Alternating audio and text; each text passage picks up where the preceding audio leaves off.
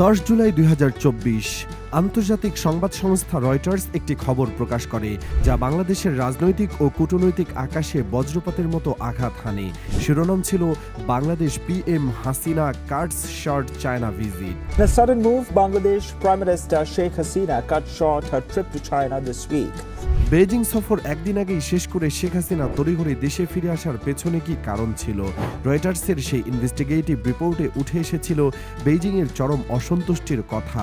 প্রত্যাশিত $5 billion loan না পাওয়া ছিল কেবল ওপরের দৃশ্য, কিন্তু পর্দার আড়ালে আসল কারণ ছিল তিস্তা। চীন তিস্তা মহাপরিকল্পনায় পূর্ণাঙ্গ বিনিয়োগ করতে চাইলেও নয়াদিল্লির চাপে শেখ হাসিনা দোটানায় পড়েছিলেন, যা বেইজিংকে ক্ষুব্ধ করে। 15 বছর শাসনামলে ভারতের সাথে সবচেয়ে ঘনিষ্ঠ সম্পর্ক থাকার পরেও তিস্তার এক ফোঁটা পানি আনতে না পারা ছিল শেখ হাসিনার সবচেয়ে বড় পরাজয়। কিন্তু এখন দৃশ্যপট বদলেছে। প্রধানমন্ত্রী তারেক রহমানের নেতৃত্বে বিএনপি সরকার যখন তিস্তা মহাপরিকল্পনাকে জাতীয় অগ্রাধিকার ঘোষণা করেছে, তখন প্রশ্ন উঠছে, ভারত কি তার চিকেন নেক করিডোরের দোহাই দিয়ে আমাদের এই স্বপ্নকে আবারও রুদ্ধ করবে? আজ আমরা ব্যবচ্ছেদ করব তিস্তা মহাপরিকল্পনার সেই রহস্যময় ইনভেস্টিগেটিভ ফাইল। তিস্তা নদী কেবল উত্তরবঙ্গের 5টি জেলা নীলফামারী, লালমনিরহাট, কুড়িগ্রাম, রংপুর ও গাইবান্ধার মধ্য দিয়ে প্রবাহিত হয় না। এটি এই অঞ্চলের 5 কোটি মানুষের জীবন মরণের সমস্যা।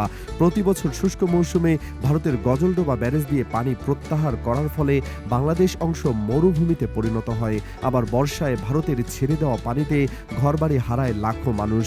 এই সমস্যার স্থায়ী সমাধান হিসাবে 2019 সাল থেকে আলোচনায় আসে তিস্তা নদীর সমন্বিত ব্যবস্থাপনা ও পুনরুদ্ধার প্রকল্প। এই মহাপরিকল্পনায় আসলে কি আছে যা পুরো বাংলাদেশের অর্থনীতিকে বদলে দিতে পারে?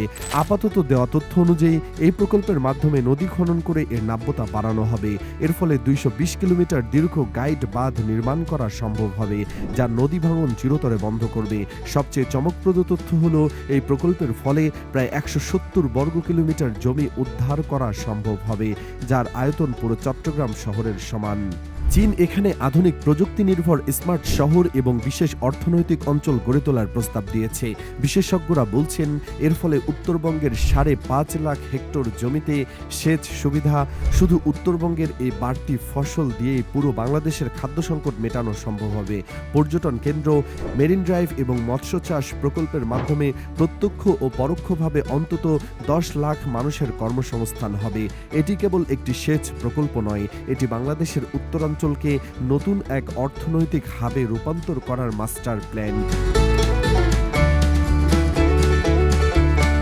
প্রাথমিকভাবে এর ব্যয় 8,210 কোটি টাকা ধরা হলেও বিশেষজ্ঞরা মনে করেন পূর্ণাঙ্গ বাস্তবায়নে এর চেয়ে অনেক বেশি অর্থের প্রয়োজন হবে, যা চীন সহজ শর্তে ঋণ দিতে আগ্রহী। প্রশ্ন হলো, বাংলাদেশের অভ্যন্তরীণ একটি উন্নয়ন প্রকল্পে কেন ভারত বাধা দিচ্ছে?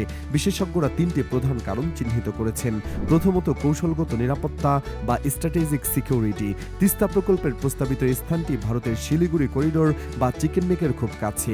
ভারতের মূল ভূখণ্ডকে উত্তর পূর্বাঞ্চলীয় রাজ্য বা 7 সিস্টার্সের সাথে যুক্ত করার মাত্র 22 কিলোমিটার চওড়া এই করিডোরটি সামরিকভাবে অত্যন্ত সংবেদনশীল।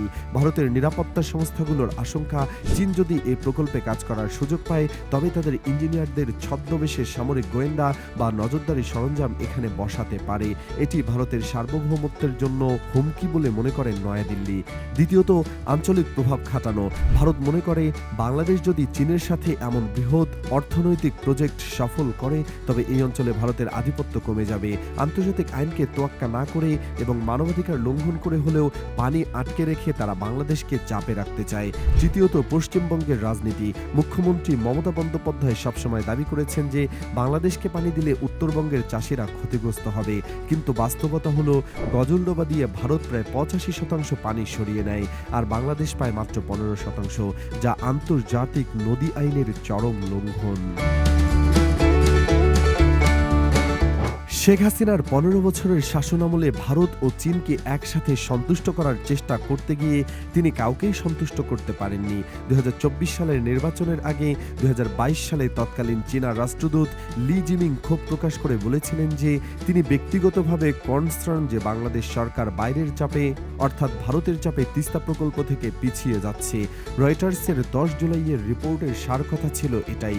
চীন বুঝতে পেরেছিল শেখ হাসিনা তাদের সাথে কেবল সময় ক্ষেপণ করছে। করছেন।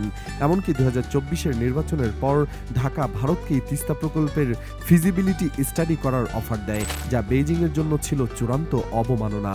ভারতের কাছে পানি থাকা সত্ত্বেও তারা চুক্তি না করে কেবল সমীক্ষা করার প্রস্তাব দেয়, যা আসলে প্রকল্পটিকে ঝুলিয়ে রাখার একটি কৌশল ছিল। এখন প্রেক্ষাপট বদলেছে। প্রধানমন্ত্রী তারেক রহমানের প্রধান অগ্রাধিকারের তালিকায় রয়েছে তিস্তা প্রকল্প। বিএনপি নেতারা বলছেন, উত্তরবঙ্গের মানুষের ভাগ্য পরিবর্তনে তিস্তা মহাপরিকল্পনা বাস্তবায়নই তাদের প্রধান লক্ষ্য। তবে এখানে একটি বড় দেয়াল আছে, আর সেটি হলো আমলাতান্ত্রিক জটিলতা। গত 15 বছরে বাংলাদেশ সিভিল সার্ভিস এবং নীতি নির্ধারণী মহলে একটি ইন্ডিয়া ফার্স্ট নীতি বা কাঠামো গড়ে উঠেছে। অনেক ঊর্ধ্বতন আমলা এবং নীতি নির্ধারক এখনো ভারতের সাথে সে পুরনো ঘনিষ্ঠতা বজায় রেখেছেন।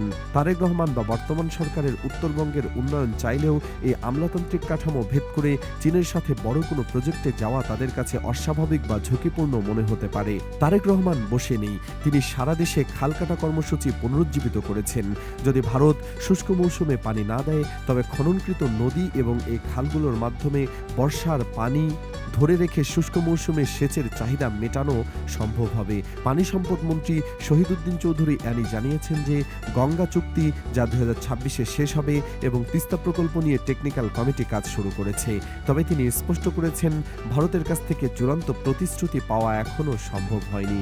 পররাষ্ট্রমন্ত্রী খলিলুর রহমান ভারতে গিয়েছেন। ডিসেম্বরের আগে কয়েক দফা বৈঠক হবে, কিন্তু ইতিহাস বলছে 55 বছরে যা হয়নি তা আগামী 5 মাসে হওয়ার কোনো যৌক্তিক কারণ নেই। তাই বাংলাদেশের সামনে এখন একমাত্র পথ চীনের সাথে মহাপরিকল্পনা নিয়ে এগিয়ে যাওয়া।